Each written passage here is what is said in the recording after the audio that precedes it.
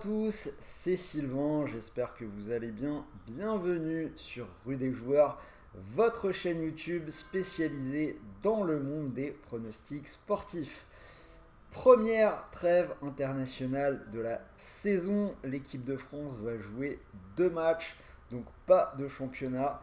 Dernier rendez-vous pour l'équipe de France avant la Coupe du Monde. 2 matchs, France-Autriche et Danemark-France. Ce sera l'Autriche ce jeudi au Stade de France et le Danemark à Copenhague dimanche. La prochaine fois que nous allons revoir les Bleus, ce sera le premier match de cette Coupe du Monde au Qatar, le France-Australie du 22 novembre. Alors, pour parier sur ce match de l'équipe de France, je vous propose de jouer avec BetClick. Sachez que vous pouvez profiter du bonus d'inscription, premier pari remboursé de 100 € s'il est perdant. Donc si ça vous intéresse, vous avez le lien dans la description de la vidéo. Vous n'oubliez pas le code promo en bas à gauche, RDJ. Et on en reparle en fin de vidéo avec les pronostics que je vais vous proposer. Alors, on va quand même parler un tout petit peu du contexte. Donc ce rassemblement, on l'a dit, le dernier avant la Coupe du Monde, dans un contexte très particulier. Beaucoup d'affaires du côté de la fédération. Je pense que tout le monde a vu le dossier de SoFoot sur les dérives au sein de la FFF qui est en train de se disloquer. Pas plus tard qu'hier, conflit concernant les droits à l'image entre la fédération et les joueurs, et notamment Mbappé. Et surtout, c'est ce qui nous intéresse le plus quand on parle du sportif, une grosse hécatombe au niveau des joueurs avec beaucoup d'absents. Donc je dois vous dire que je suis quand même assez inquiet par rapport au rythme et à l'enchaînement des matchs avant la Coupe du Monde. Avant la publication de la liste, on avait déjà une grosse hécatombe et ça s'est confirmé depuis la divulgation de la liste avec encore pas mal de remplacements. Alors, on va en parler un petit peu. Donc déjà, au moment de l'annonce de la liste, il y avait au niveau des absents Lucas Hernandez, N'Golo Kanté, Kipembe, Coman, bien évidemment Pogba et Benzema, 6 joueurs qui sont tous des titulaires. Et ça s'est aggravé une fois qu'on a connu la liste, puisque Rabiot était dans la liste, il a été finalement blessé, remplacé par Bouba Kamara qui s'est lui aussi blessé dans son dernier match avec Aston Villa, remplacé par Verretou. Et on a appris hier que Lloris et Théo Hernandez étaient également blessés, remplacés par Lucas Digne et Alban Lafont qui rejoint le groupe de l'équipe de France. Et finalement, nouvelle de ce matin, Lucas Digne a été remplacé par Adrien Truffert. Truffert qui a appelé pour la première fois dans le groupe bleu, un 4e petit nouveau pour cette liste. Truffert qui était déjà appelé avec les espoirs et qui était d'ailleurs actuellement présent au rassemblement des Bleuets. Il a juste eu à rejoindre les Bleus. Alors, on avait déjà 3 nouveaux dans la liste, 3 nouveaux dont la présence est quand même surtout liée aux blessures. De Monégasque, Benoît Badiachil et Youssouf Fofana. Et le 3e en attaque, Randal Kolo Muani qui nous fait un gros début de saison du côté de Francfort. Alors, pourquoi ces joueurs Badiachil, alors Lucas Hernandez et Kipembe sont absents. 2 gauchers qui manquent dans la défense. Badiachil est gaucher, il a fait toutes les équipes de France de jeunes, c'était assez logique de l'appeler, il est pas très loin dans la hiérarchie. Ensuite, Fofana qui profite de l'absence des titulaires Pogba et Kanté. Alors a priori pour ce coup-là, Didier Deschamps l'avait mis devant Bouba Kamara, donc une belle opportunité pour le Monégasque de se montrer. Également au niveau de la liste, on peut noter les réapparitions de Ferland Mendy. Donc Deschamps qui prouve encore une fois qu'il fera plutôt confiance à des acteurs qui ont un vécu ne serait-ce que minimal en bleu. Retour également d'Upamecano qui est très bon sur le début de saison, qui pour le coup passe devant des joueurs comme Konaté, même si je crois qu'il est blessé.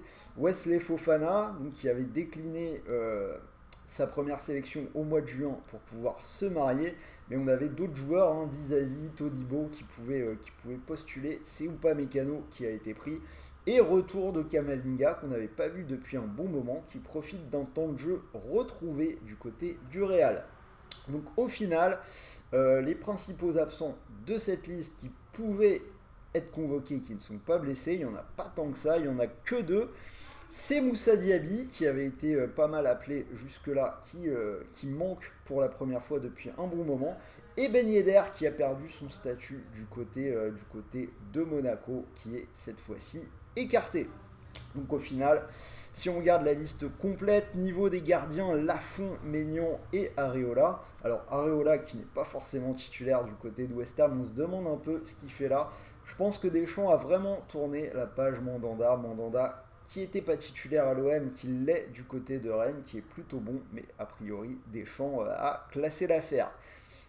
Les défenseurs, donc Badiachil, Klose qui est toujours là, donc Truffert qui prend au final la place de Théo Hernandez, Koundé, Ferland Mendy, Pavard, Saliba, Upamecano et Varane. Les milieux de terrain, Camavinga, Fofana qui arrive, Guendouzi, Verretou et Tchouaméni, 2 Marseillais sur ce milieu de terrain.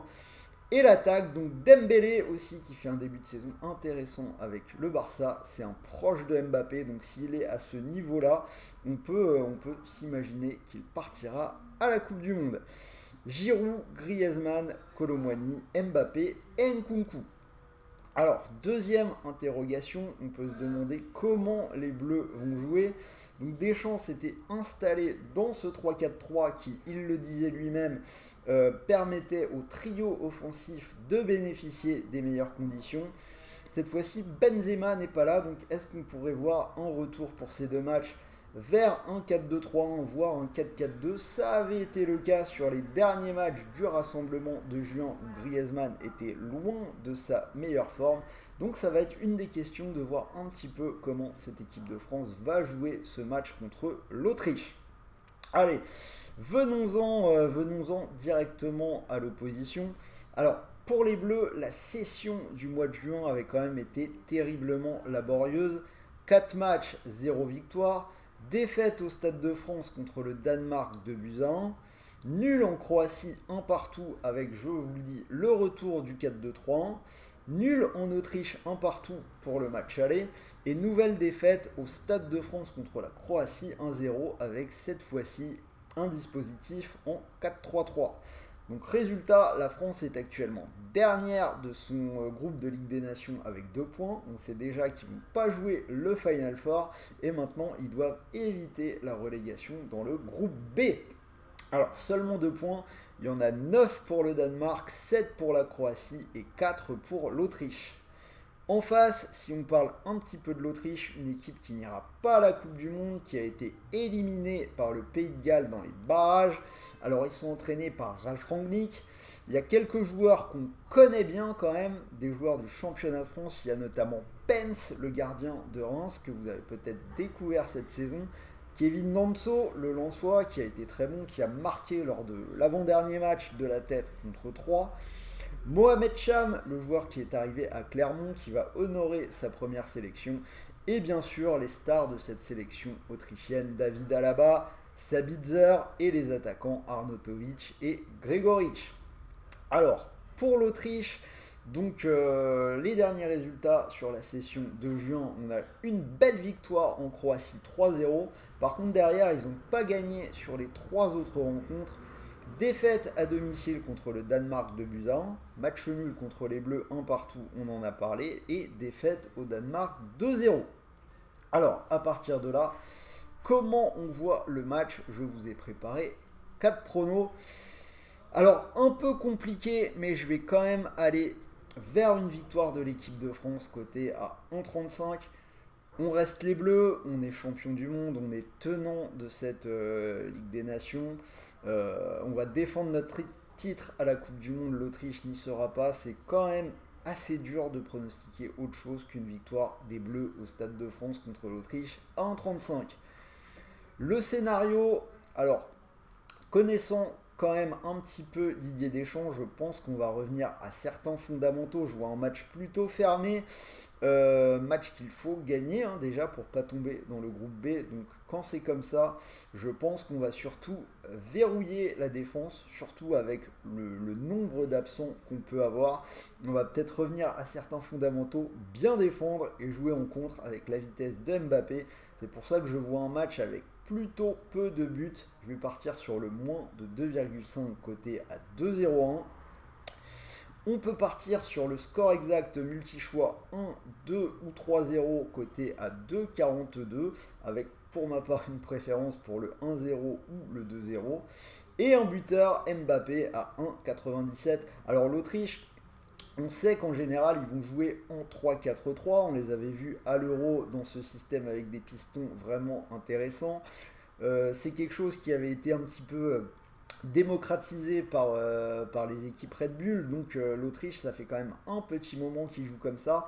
Et ils jouent quand même assez haut sur le terrain. Donc je pense qu'il y aura de l'espace dans leur dos. Et c'est typiquement le genre de circonstances dont peut profiter Mbappé.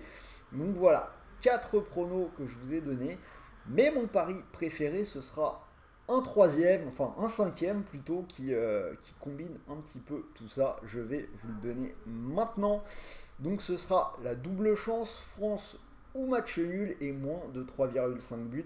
Alors France ou match nul parce que la dernière session n'a pas été extraordinaire. L'Autriche, c'est quand même une bonne équipe. Je vous avoue que je ne mettrai pas non plus totalement ma chemise sur une victoire des Bleus, sur une cote à 1,35 si petite. Donc la double chance en assurant avec le match nul est plutôt pas mal. Et on va gonfler un petit peu l'under en le passant à moins de 3,5.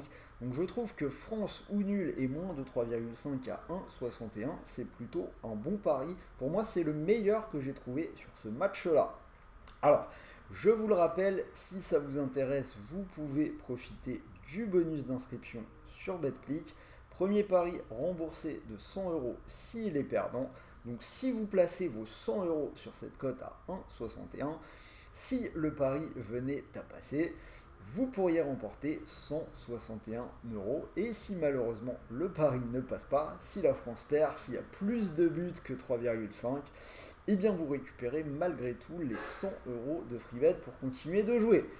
Donc voilà, c'était Sylvain, j'espère vraiment que cette vidéo vous a plu. Dites-moi dans les commentaires si vous êtes d'accord avec mes pronostics.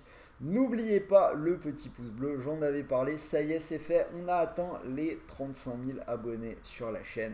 Donc merci à vous. D'ailleurs, si vous voulez plus de conseils en paris sportif, n'oubliez pas de vous abonner toutes les semaines. On essaye de vous donner un maximum d'analyses. Ça continue à progresser, donc je compte sur vous. En attendant, c'était Sylvain. Je vous souhaite de bons matchs, de bons paris, de bons gains. Profitez de cette trêve internationale et je vous dis à très vite pour une nouvelle vidéo. Salut à tous les amis.